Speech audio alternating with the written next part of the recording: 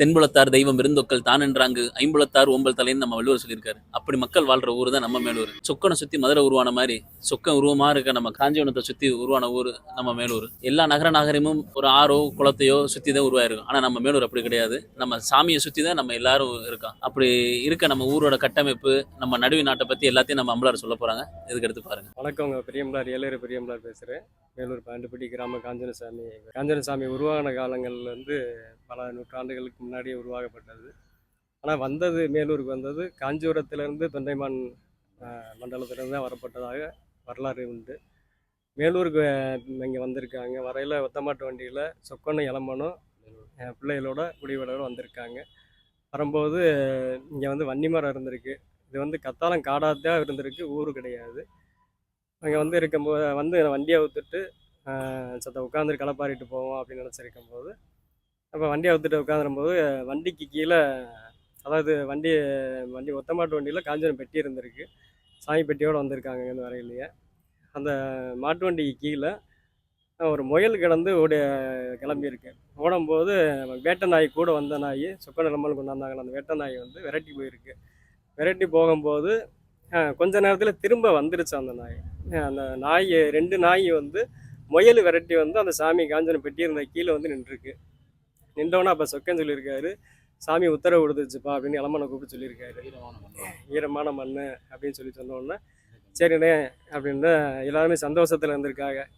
அப்போ சாமி உத்தரவு கொடுத்தா நம்ம இங்கேயே தங்கிடுவோம் அப்படின்னு இங்கே தங்குறதுக்கான ஏற்பாடுல. அப்போ இது ஊர் கத்தாலம் காடாக கிடந்த ஊர். அப்போ என்ன செஞ்சுருக்காங்க, கத்தாழை ஒடிச்சு இது மேலூர்னு பாலக்கோப்பு ஊட்டியிருக்காரு. அப்போ அதுக்கு பிற்பாடு பிள்ளை ஊட்டியோட இருந்து அதை சாமி உருவான காலங்கள். நான் மேலூர் 5 பெரியம்பலார் தவவாண்டி பேசுகிறேன். காஞ்சன சுவாமி சொக்கன்னு இளம்பனம் இந்த ஏரியா வனமாக இருந்ததுனால காஞ்சியிருந்து வந்ததுனால காஞ்சி வனம்னு சொல்லி இந்த சாமிக்கு பேர் வச்சு கும்பிட்டுருக்காங்க. கும்பிட்டோன்னே அவங்களுடைய பிள்ளைகள், பெண் பிள்ளைகள் பூரா அதிகமாக பிறந்தனால அந்த பிள்ளைகளை பூரா கட்டி கொடுக்கணும்ல. அப்போ அவங்களுக்கு பெண் வாரிசில் கரை கொடுத்து ஒவ்வொருத்தருக்கும் மரியாதை கொடுத்தாங்க சொக்கன் இளமனு. அதில் 7 கரையில் சேராப்புலிகரை, வீராட்சிகரை, வழுக்கன்கரை, வெள்ளப்பரப்பன்கரை, கல்லன்கரை, வலங்ககரை, கிராம கோன் கடை வச்சுக்கோங்க. அதே மாதிரி 5 கரையில் வெள்ளநாதன்கரை, குஞ்சிகரை, வன்னியங்கரை, கண்ணம்பட்டியான்கரை, கிராம கணக்கப்பில் கிராம நோட்டம். 7 கரை 5 கரை அம்பலார்கள் கிராமம் எல்லாம் சேர்ந்து தான் கிராம கணக்கு கோன் நோட்டம் எல்லோரும் சேர்ந்து கிராமத்தை வழி நடத்தி திருவிழாக்கள் நடத்துவோம். அதாவது சித்திரை வருஷம் 1ஆம் தேதி இது வெத்தலை பிடிச்சி இது கலப்பை வெட்டி அந்த திருவிழா நடத்துவோம். அடுத்து புரட்டாசி மாதம் குதிரல் நடத்துறது. இந்த குதிரல் அடுத்த சமுதாயத்தினருக்கும் இங்கே திருவிழாவில் கலந்துக்கிட்டு எல்லாருக்கும் மரியாதை இருக்குது. இதில் அடுத்து மாசி மாதம் மஞ்சூரி நடத்துவான். பார்வட்டம் முடிஞ்சு மஞ்சூரி நடத்துவான்.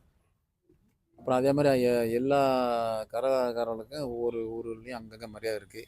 முன்னாடி ஊர் போய் மஞ்சள் நடத்துறது, போய் அந்தந்த ஊரில் ஒவ்வொரு கரையும் கட்டி.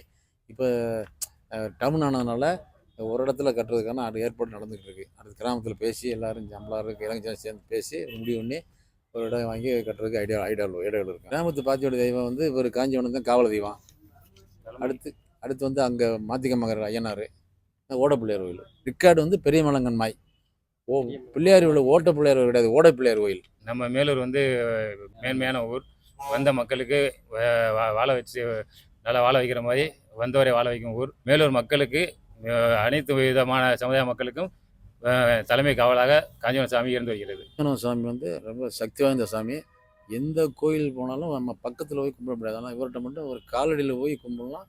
பூசாரி பக்கத்துலேயே நின்று அவர் எல்லாமே தீவாரம் கட்டுவார். இந்த காஞ்சிபுரம் சுவாமிகளை ரொம்ப அதாவது ரொம்ப தத்ரூவான சாமி. யாராவது தப்புத்தனம் நடந்தால் உடனே கேட்கக்கூடிய தெய்வம். அனைத்து மக்களும் இதுக்கு ரொம்ப பயபக்தியாக தான் கும்பிடுவாங்க. கருவறை வரைக்கும் போய் கும்பிட்ற ஒரே தெய்வம் எங்கேயும் பாருங்க, கிராமங்களில் எங்கள் மாதிரி இருக்காது. இந்த மேலூர் கிராமத்தில் காஞ்சிபுரம் சுவாமியாக இருக்காது. வந்தவரை வாழ வைக்க காஞ்சிபுரம் சொல்ல ஒரு வரலாறே இருக்குது. இந்த நோய் நொடி எது இருந்தாலும் இங்கே வந்துட்டாலே தீர்ந்துடும். ஏன்னா இங்கே நீதி தவறாமல் இருக்கிறது. இங்கே யாரும் தப்பு பண்ண முடியாது, தவறான வழியில் போக முடியாது. இங்கே நீதின்னு கேட்டு வந்துட்டாங்கன்னா இந்த காஞ்சிபுரம் மண்ணுக்கு வந்துட்டு போனவங்க வெட்டு தான். இவர் ஹைகோர்ட்டு சர்ச்சு. காஞ்சிபுரம் அப்படின்னால எங்கே போனாலும் அவர் சர்ச்சு அவர் தான். இங்கே ஒரு வழக்கு கட்ட வச்சு கும்பிட்டு போனாங்க அப்படின்னா போனோடனே அங்கே நீதி உடனே கிடச்சிரும். அப்படின்ற ஒரு வரலாறுகள் இது வரைக்கும் நடந்துக்கிட்டே இருக்குது. இந்த காஞ்சிபுரம் பாண்டுப்பட்டி கிராமம் மட்டும் இல்லை, எங்கேருந்து எந்த ஊர் எந்த நாட்டிலேருந்து வந்து அவரை கும்பிட்டாலும் உடனே நடத்தி கொடுக்கக்கூடியவர் இந்த காஞ்சிபுரம். அவன் பிள்ளையாக இருந்தாலும் தவறுனா உடனே தண்டிக்கக்கூடியவர் அவர். அது இது ஒரு குழந்தை முடியலேன்னு தூக்கிட்டு வந்தாங்க அப்படின்னா அடுத்த நிமிஷம் அது குணப்படுத்த முடியாத ஒரு நோயை கூட குணப்படுத்தியிருக்காரு. அதை நான் நேரிலே கண்டதில் நிறையா தடவை பார்த்துருக்கேன். ஒரு மரண படுக்கையில் உள்ளவங்களை கூட காப்பாற்றி கொடுத்த தெய்வம் அது. அது நான் நேரில் உணர்ந்தனால சொல்கிறேன். பொதுவான முறையில் ஏன்னா அவரை சொல்லி அந்த துண்ணூறு எடுத்து கொண்டு போட்டாங்க அப்படின்னா அந்த படுக்கையில் உள்ள குழந்தை கூட எந்திரிச்சு நிற்கும் கொஞ்சம் நேரத்தில். அப்படியே கொஞ்சம் தெய்வம் அது. அப்படி துரியான தெய்வம், சக்தி வாய்ந்தவர் அவர். இந்த சுற்று வட்டாரம் பூரா நல்லா இருக்காங்க அப்படின்னா அது காஞ்சிபுரம் பேர் அப்படின்னாலே அவர் நினச்சி மனசில் எங்கே நினச்சி கூப்பிட்டாலே அந்த இடத்துல வந்து அப்படியே உடம்பு புல்லரிச்சு நிற்கும். தெய்வமாக இறங்குவார் காஞ்சிபுரம் கூப்பிட்டாலே. சொக்கநாதர் கோவிலை சுற்றி மதுரை உருவானது மாதிரி வேலூரில் வந்து காவல் தெய்வம் காஞ்சிபுரத்தை சுற்றி ஊர் உருவாகிருக்கு. மற்ற ஊர்லெல்லாம் ஊர் வந்து வயக்காடோட பிஞ்சாவோட அந்த பக்கம் இருக்குது, ஊர் தனியாக இருக்குது. இங்கே மட்டும் ஊருக்கு மையப்பகுதியில் காஞ்சிபுரம் சாமி இருக்கார், சுற்றி ஊர் உருவாகிருக்கு. இந்த அமைப்பு வந்து எந்த ஊர்லையுமே இருக்காது, மதுரை மேலூர் தான் இருக்குது. அது வந்து இப்போ உண்மையிலே இந்த காஞ்சிபுரம் சாமி அமைப்பட்டது இப்போ மக்களுக்கு வந்து பெரிய ஒரு பெருமை சேர்க்க, ஊருக்கு வந்து பெருமை சேர்க்கிறது. வந்து நடுவிநாடு 18பட்டி கிராமத்தை சேர்ந்த ஊர்கள் வந்து சொக்கன்பட்டி, மலம்பட்டி, கருத்தப்புளியன்பட்டி, சின்னரசன்பட்டி, திருக்குப்பட்டி கொண்டப்பநாயன்பட்டி, பழைய சுக்காம்பட்டி, புதுச்சுக்காம்பட்டி, பல்லவராயன்பட்டி, நொண்டிக்கோவில்பட்டி, வெள்ளநாதன்பட்டி, விசலம்பட்டி, கட்டலன்பட்டி, ஒத்தவீடு, மேலத்தெரு, நடுவுளவு இந்த ஊரில் உள்ள மக்கள் இந்த தெய்வத்தை வந்து காவல் தெய்வமாக கும்பிட்டு விடுறாங்க. ஆனால் அந்தந்த 15 கரையிலும் உள்ள மக்கள் அம்பலாறு அந்த குடிவடைகள் வந்து அங்கங்கே அவங்கக்கிட்ட குலதெய்வம் இருக்குது, அதை கும்பிட்டுக்குருவாங்க. இவர் வந்து காஞ்சிபுரம் வந்து எல்லாத்துக்கும் பொது தெய்வம். இந்த மேலூர் மண்ணுக்கு வரும் அதிகாரிகள் யாராக இருந்தாலும் இவர் காஞ்சிபுரம் சுவாமிக்கு கட்டுப்பட்டு இவரை வந்து பார்த்துட்டு போயிட்டு அவருடைய அலுவலில் ஆரம்பிப்பாங்க. அரசியல்வாதியாக இருந்தாலும் அரசியல்வாதியாக இருந்தாலும் சரி, கிராம அலுவலகத்தில் எந்த ஒரு டிபார்ட்மெண்ட்டுக்கு வந்தாலும் அதிகாரிகள் வந்தாலும் இங்கே ஜட்ஜாக இருந்தாலும் வந்துட்டு இங்கே கும்பிட்டு அதுக்கு பிற்பாடு அவர் அலுவலக பணியே ஆரம்பிப்பாங்க. அதுக்கு பிற்பாடு சிறப்பாக இருக்குன்னு எல்லாருமே நல்லா பாராட்டு.